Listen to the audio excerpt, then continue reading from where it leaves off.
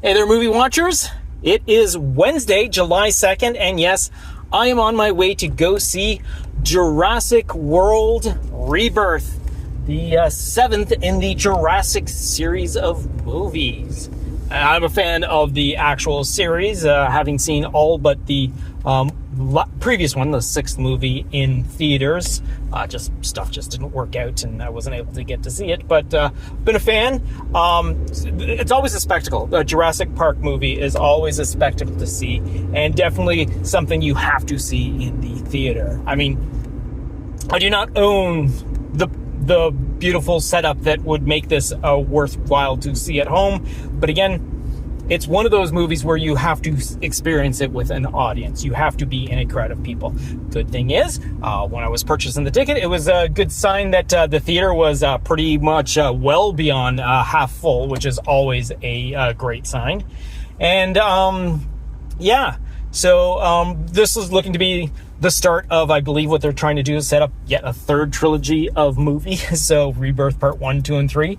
But again, we've got a fantastic cast. I believe the original writer is from the original Jurassic Park is back for writing this one, I believe. I'm not sure. Maybe at one point that was true. I don't know if it is at the very end. I sort of pulled myself away from a couple of the big box office movies that are coming, blockbuster movies that are coming out this summer, just so that I could be a little more surprised when I go actually see the theater. It's kind of hard to avoid spoilers. Hence the reason why I like to see the movie as soon as possible. Hence the way I'm seeing it opening night on a Wednesday, which is also a bonus to the box office for the movie, because not only does it have a Wednesday opening, but in the United States, this Friday is July the 4th, so it's a 3-day weekend, which means they'll be getting not only a full Friday, but it'll also be getting the Wednesday and Thursday shows as well. So, that being said, Jurassic Park is definitely going to be the big box office winner this week. Without a doubt, it just depends on how much it is. And again, it will have the extra advantage of having an extra 2 days that nobody else has by the end of the weekend with its grand total. So, it's looking to probably push out a lot of the movies that are currently at the top. All right, here with a little bit of time to spare. It was a little earlier in the day. It's a 6:20 showing that I'm going to see. It's usually around 7 o'clock and all that, so I had to hustle when I got home from work to get here, but there is a parking spot right up nice and close. Doesn't have a handicap. I'm going to take it. Here we go. Let's go inside. So with just a few minutes to spare, we actually got in on time, but we got a couple of the buckets. Now this is a nice tin one with all the different dinosaurs, and then we got another one with the logos on it. Realizing I forgot to grab my Jurassic Park jumpsuit. Oh, shoot on me. And that looks to be about it that I can see from here. There's probably some, there's some gripper cups as well. There we go. Okay, what's this? Oh, that is cool. So we got just these gripper cups, which are kind of neat. All right.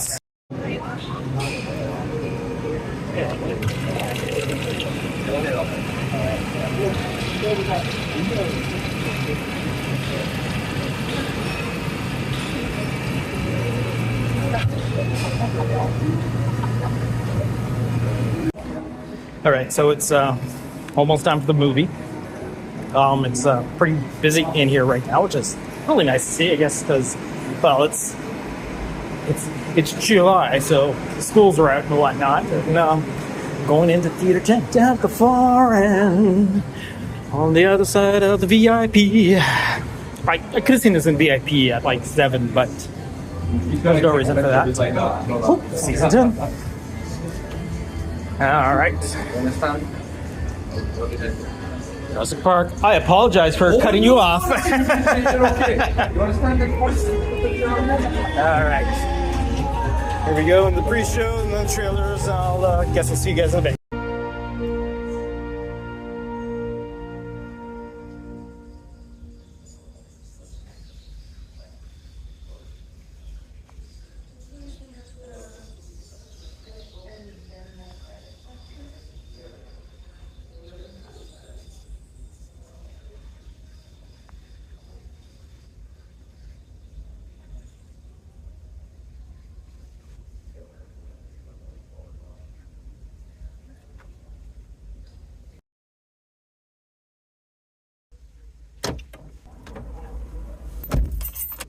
All right, so that was Jurassic World Rebirth. Now, as it stands, like I've mentioned, I am a fan of these movies. I like the big spectacle dinosaur creature movies and all that sort of thing. And this does not go beyond the scope of what the previous movies are. It does add a little more horror to the creation of how things come about as they do in the story, but it's a Jurassic Park movie. Do not like it. It is your basic Jurassic Park movie. It's entertaining. It's got spectacle visuals. It's got a very humorous cast. It is quite lighthearted at parts, which is what you need. Especially you get your jump scares followed up by a laugh and whatnot. So it's cool that way. There's a lot of great action in it. The era of how movies are made right now bleeds through the scenes a little bit at points. You do happen to see a sequence that's like, oh, that's clearly a green screen shot. No, that's clearly not outside sort of thing. But that being said, it's really good. Use all the elements and all that sort of thing. There's water sequences. There's air sequences. There's a lot of there's a lot of water sequences in this movie. But again, it doesn't bring anything new, but the idea behind it is kind of cool. I mean, you know from the trailer what they're doing, and it seems while you're watching the movie, it seems like within the first 20 minutes they get part one of their problem solved. It's not, but it feels like it. I found it very distracting at the beginning of the movie. Spoiler alert, not really spoiler alert, but when we're introduced to our basically three of our main characters who just happen to be all Caucasian, surprisingly, all three of these people have very similar, very strong tans. It's kind of distracting.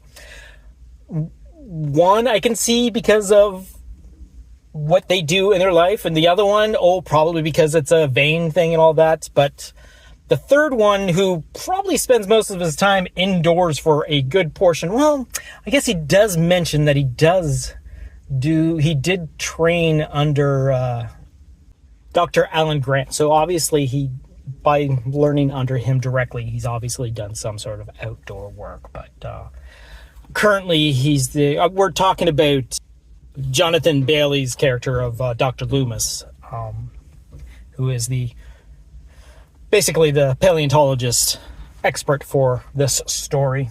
And of course, Scarlett Johansson is the leader, quote unquote, leader of the team to extract what is needed. Mahershala Ali is fantastic in it as well. And again, it's a fun movie. Again, the cast works very well together.